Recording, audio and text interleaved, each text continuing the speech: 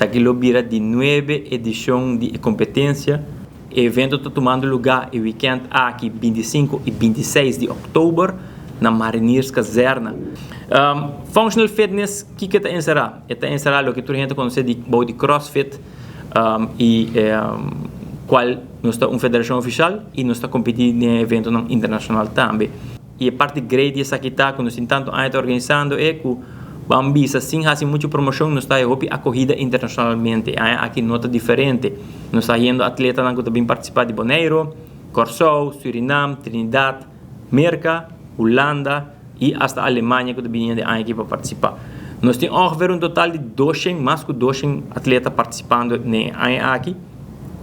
E a parte mais hobby essencial de aqui também está que nós está introduzindo evento novo, qual é High Rocks. Nós está fazendo uma simulação de tão conhecido High Rocks.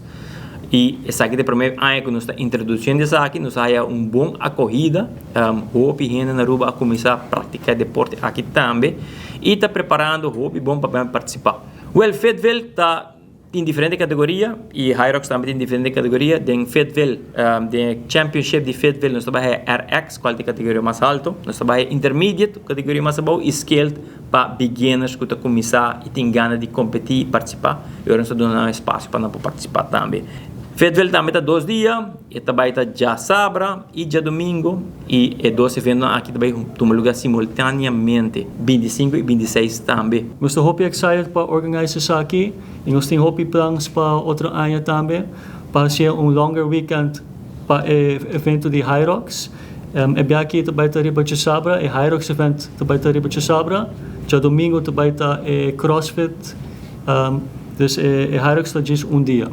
Dus nós estamos por com o evento aqui também, laga mais gente aqui que exporta.